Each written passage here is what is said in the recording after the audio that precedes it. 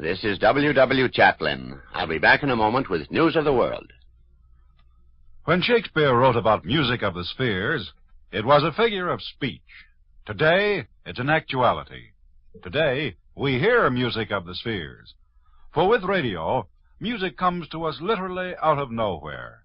And we know music of the hemispheres, for radio has taught us melodies from every corner of the globe.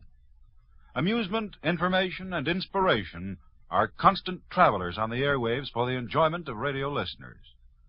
These benefits may be had in fullest measure when you dial to NBC. For NBC, the National Broadcasting Company, offers top entertainment, vital discussions, compelling drama. And of prime importance today, NBC and its independent affiliated stations give you the complete, reliable news, the truly authoritative commentary. Keep tuned to NBC, and you'll keep abreast of the world. And now, here is W. Chaplin. Apparently, the Japanese just don't get the idea. They have bowed to defeat, but only coldly and calculatingly, as you might bow on the street to a business acquaintance whom you don't like and are trying to outwit in a deal. They aren't acting like a defeated nation. They are giving no more than lip service to the Potsdam Ultimatum, and they're delaying actual formal surrender with deliberate stalling. NBC's Merrill Muller in Manila has picked up this morning a report from the Tokyo radio saying their emissaries will be in Manila Sunday. That's their latest. The Japanese say that they can't possibly get all their forces to stop fighting in less than 12 days. But they send General MacArthur notes calling on him to tell the Russians to stop advancing and fighting when that's the only way they can advance.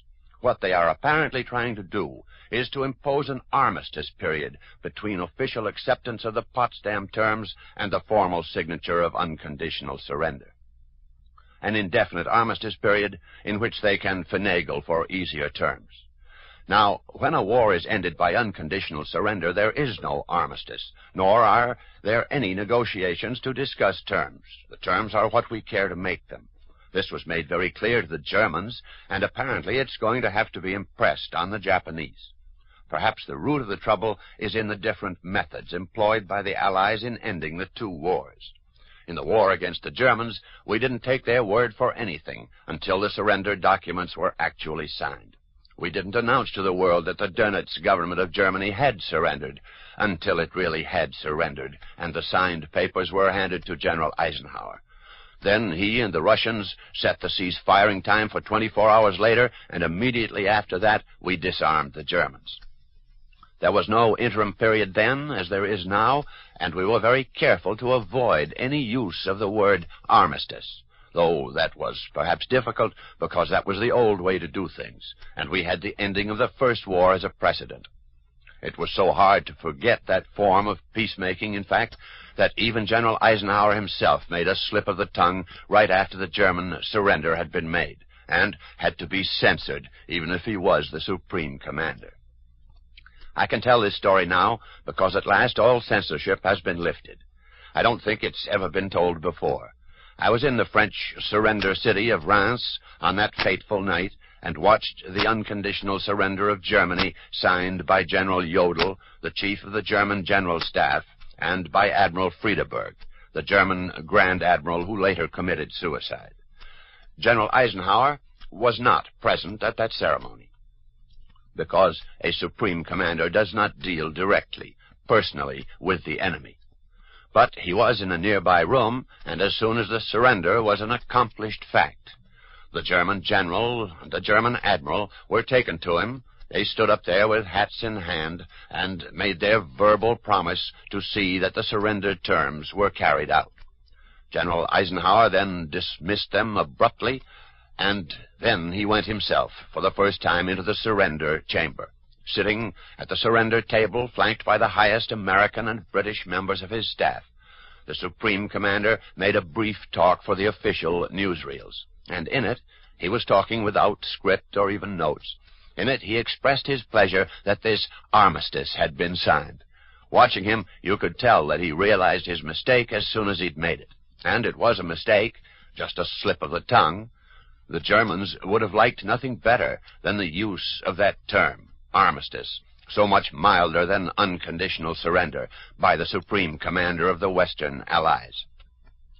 But, of course, the word armistice never appeared in the released form of that sound film. You may have seen the picture in the newsreels back here at home and heard the general make his talk.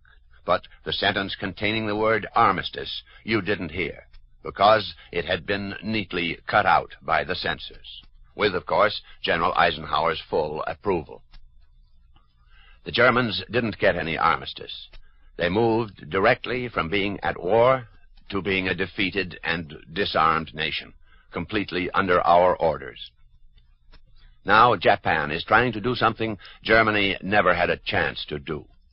Because we announced Japan's acceptance of our ultimatum, her agreement to surrender, before the actual surrender was signed, because of that, she evidently saw a chance to delay and stall and put us off. She has tried to impose an armistice where there is no rightful place for one, and so at least save face in some devious Oriental way. The Mikado has issued cease-firing orders, but with such provisos of probable delay in their being carried out, that right in Tokyo itself, his forces have not considered themselves bound to strict and immediate obedience, as they would if they thought that their God Emperor really meant what he said. The latest incident showing their defiance of our authority occurred right over Tokyo Bay. 4 of our big B-32 super bombers, an even later model in the B-29s, they were flying over the bay on a purely photographic mission, which under the circumstances they had every right to do. And suddenly they were jumped by 10 Jap fighter planes, which had no right to be in the air at all, certainly not armed and on aggression. We hadn't even sent any fighter escort with those big camera planes, but fortunately the B-32s did have their guns, and they were well manned. They shot down 2 of the Japs, and the rest retired, but only after one of our planes was badly shot up. That none of our men happened to have been injured is no thanks to the Japs. They tried to kill our men, both from their fighter planes and by anti-aircraft fire from the ground.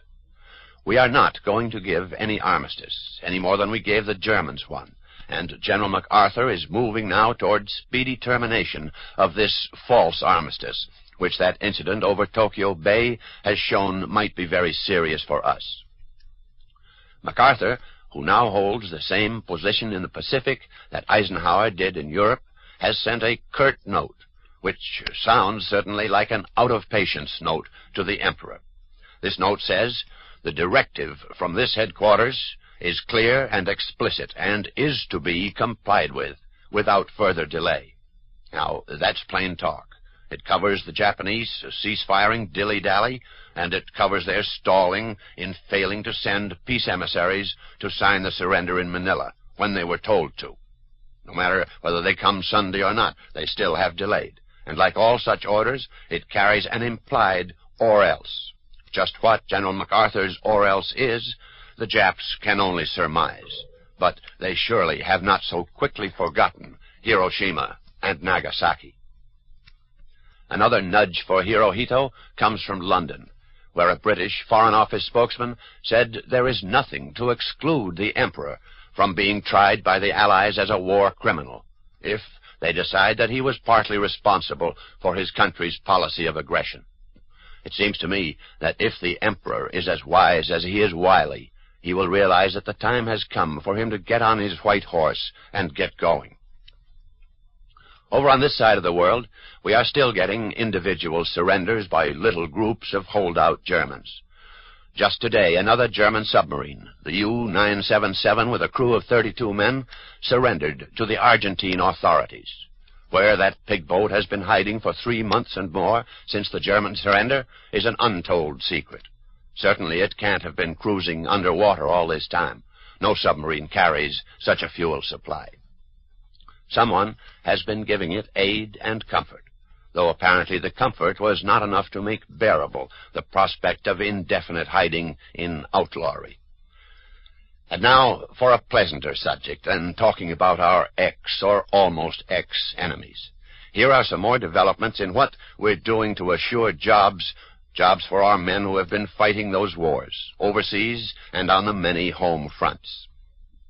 A dispatch from Washington says that $5 billion of flood control and navigational projects await now only a congressional starting gun. Congress has already authorized the Army's Chief of Engineers office to do about $4 billion worth of work. And it also has okayed work by the Bureau of Reclamation that will total about another $1.3 billion. All that's needed now is specific appropriation by Congress of the money to pay for this work, which it has already authorized. And here's an idea of what this means in the way of jobs. Real, honest-to-goodness jobs, and not any made-work boondoggling business. The Army engineers say that $700 million worth of their work is in the ready-to-go category, and that much alone will give work to 200,000 men for a whole year. That seems to mean that their whole $4 billion worth of authorized projects would give a year's work to more than 1 million men. And add to that the Reclamation Bureau jobs, and you have a year's work for roughly 1.5 million men. That's not everything, of course, but it's an awful good start. It all depends on Congress, when it reconvenes, appropriating the money for these projects, which it has already approved. But that would seem to be a foregone conclusion. There's little news from Europe today. General de Gaulle has commuted to life imprisonment the treason death sentence imposed on Marshal Pétain. That, I think, will be generally approved in France.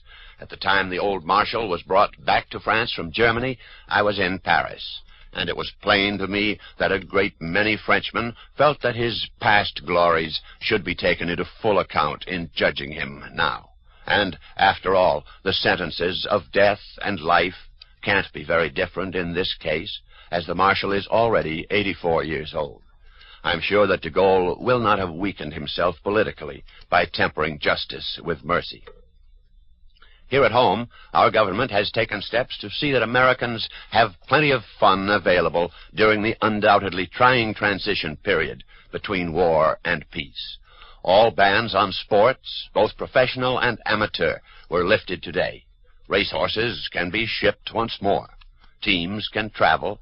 The grandstand public can go to watch the games. But there's a caution, too, from ODT, the Office of Defense Transportation. Don't go hog wild on travel, it says, or there might be new restrictions. After all, we've got to get those men from overseas back to their homes. Another restriction has been lifted, an old American custom restored.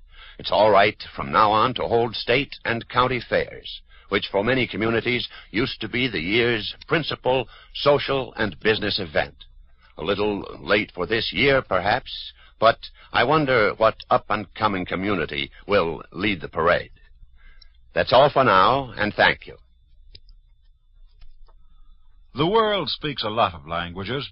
In fact, humans express themselves in nearly 3,000 different tongues. In that babel of sounds, there's only one sound, there is one sound, that's known the world over. It's the sound of the NBC chimes.